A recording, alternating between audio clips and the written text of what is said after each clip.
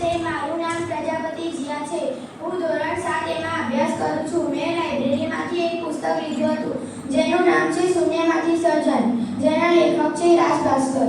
શૂન્યમાંથી સર્જન કરનાર બધા જ શ્રેષ્ઠ નથી હોતા, કારણ કે બાપ દાદાની સંપત્તિ ધરાવતા લોકો પોતાના બિઝનેસને ડેવલપ કરે એને શૂન્યમાંથી સર્જન ના કહેવાય.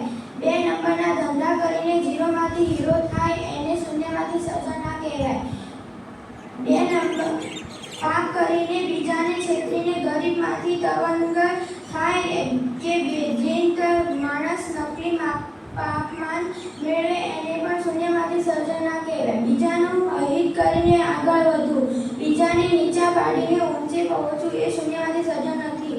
શૂન્યમાંથી સર્જન કરવું એટલે સત્યને સાથે રાખીને આગળ વધવું, બીજાનું અહિત કર્યા વિના ઊંચે પહોંચવું, પાપ કર્યા વગર સર્જનના ઉચ્ચ શિખરો સર કરવા. એવું કદી ના વિચારતા કે જે કોઈ ગરીબ કે મધ્ય વર્ગના લોકો આગળ વધ્યા છે કે ઊંચે ઉઠ્યા છે એ બધા જ શૂન્યમાંથી સર્જન કરનાર શ્રેષ્ઠ લોકો છે.